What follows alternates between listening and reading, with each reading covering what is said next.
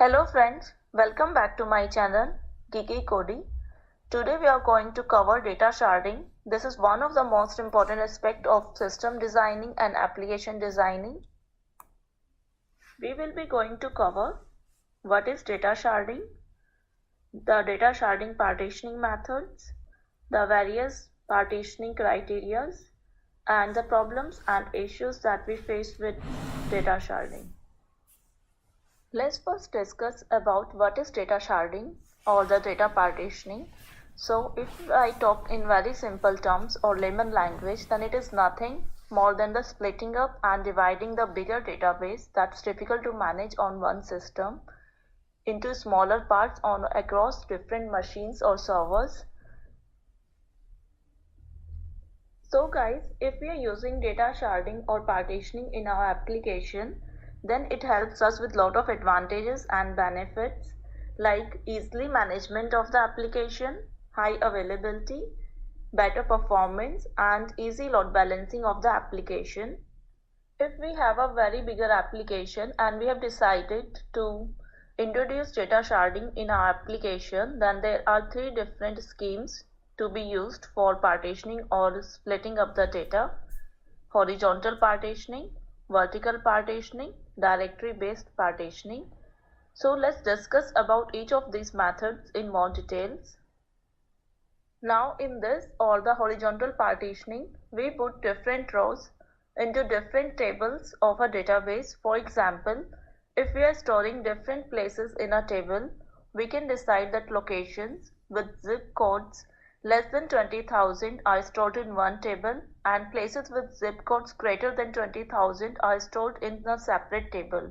This is also called as a range-based sharding, as we are storing data based on different range. The key problem with this approach is that if the value whose range is used to insert the data or for sharding, if it's not chosen carefully, then the partitioning scheme will lead to unbalanced servers.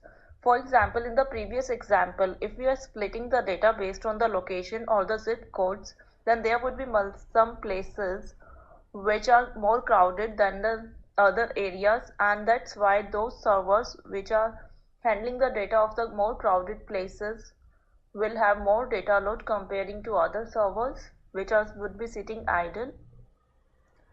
Now in this or the horizontal partitioning, we put different rows into different database tables.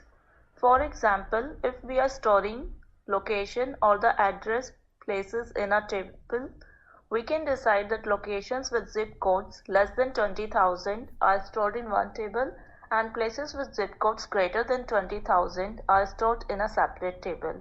This is also called as a range-based partitioning because here we are storing different ranges of data in separate tables. The key problem with this approach is that if the value whose range we are using for sharding isn't chosen carefully, then the partitioning scheme will lead us to unbalanced servers. For example, in the previous one, the splitting location based on their zip codes assumes that the places are evenly distributed across the different zip codes. This assumption is not valid as there will be a lot of places which are more crowded than the other places. So the places which are more crowded will lead to unbalanced data on that particular server comparing to the other server.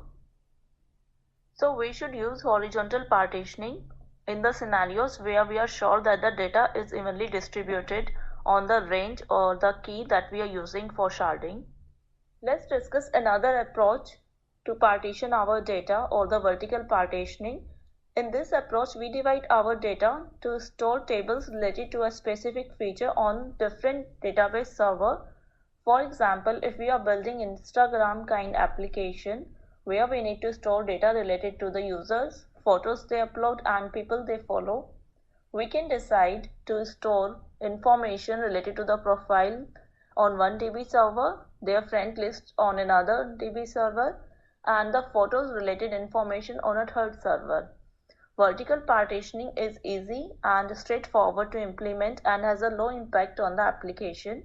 The main problem with this approach is that if our application experiences additional growth, then it may be necessary to further partition a database server.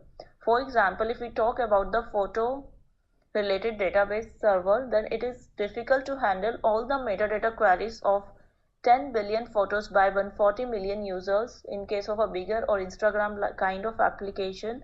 So in these kind of scenarios, it becomes difficult to use only vertical partitioning. Now let's move to the other approach, directory based partitioning. It is a loosely coupled approach and is a workaround for the issues mentioned in horizontal and vertical partitioning. So here we will create a lookup service which knows your partitioning scheme and abstracts it from the database access code.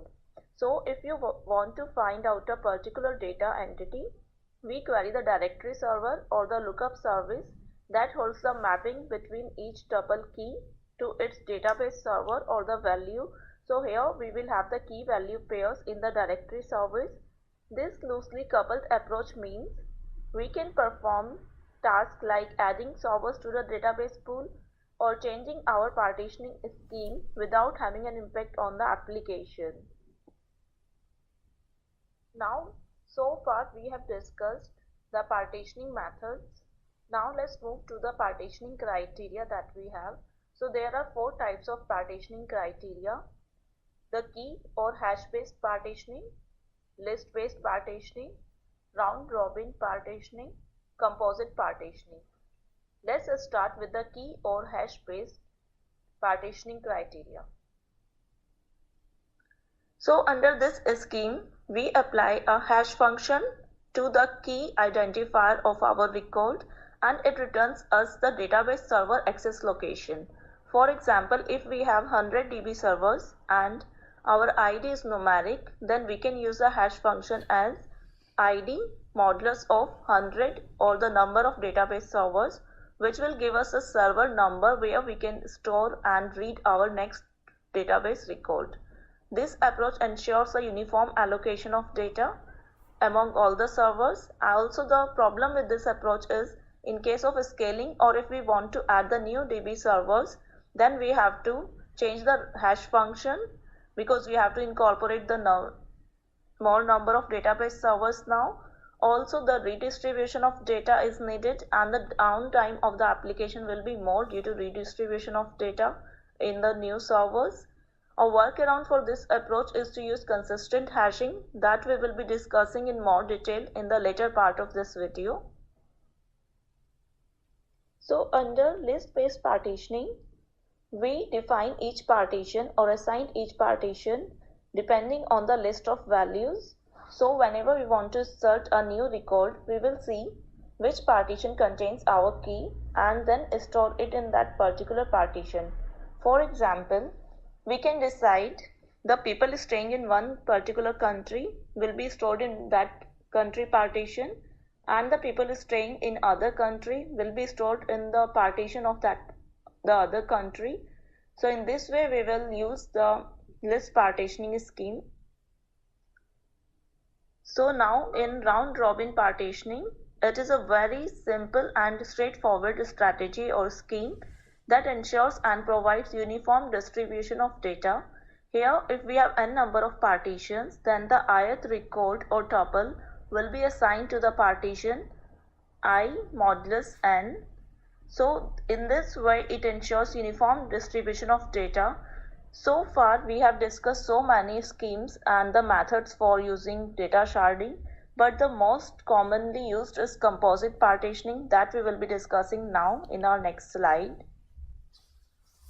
So now under composite partitioning, we combine any of the earlier discussed schemes to devise a new scheme or partition method. So for example, it is a combination of any two approach that we have already discussed. Here a table or database is partitioned by one scheme and then each partition, the subpartition is further subdivided into the other subpartitions using a second scheme. For example, if we have a very big table, then first we can apply a list partitioning and then a hash based partitioning. Consistent hashing can be considered a composite of hash or list based partitioning where the hash function reduces the key space to a size that can be listed. Although we have so many approach for data partitioning and sharding, but if we have a bigger database, then it adds a lot of complexity and the disadvantages to our application. For example, if we have to fetch or search some data in the database, then searching the data in one server is straightforward, but if the data is partitioned, then we have to spread or search the query across multiple machines, and this is not feasible or not performance efficient since the data has to be compiled from multiple servers. A common workaround for this approach is to denormalize the database so the queries don't need to perform joins and we get all the data from the single database table, but it adds the disadvantages of denormalization and also the data duplication. Another advantage of using partitioning is referential integrity, as it's difficult to enforce and ensure referential integrity across the database tables on multiple servers. Most of the relational database systems do not support foreign key constraints across databases on different database servers, which means that the application that require referential integrity on sharded databases often have to implement it in the application code. Often in such cases, application have to run the regular SQL jobs to clean up the references. Rebalancing of the data is another disadvantage or the problem that we will face in case of partitioning. So the reason for the rebalancing is maybe if the data distribution is not uniform, or maybe if we have a one data shard that is having more load comparing to the other ones. In such cases, either we have to create more DB shards or have to rebalance existing ones, which means the partitioning scheme have to be changed and all existing data moved to the new locations. So it results in a downtime and it's extremely difficult to manage in such scenarios. So now that's all regarding the sharding or the data partitioning. I hope you like our video and don't forget to like and subscribe our channel. Also, we will see you in our another video.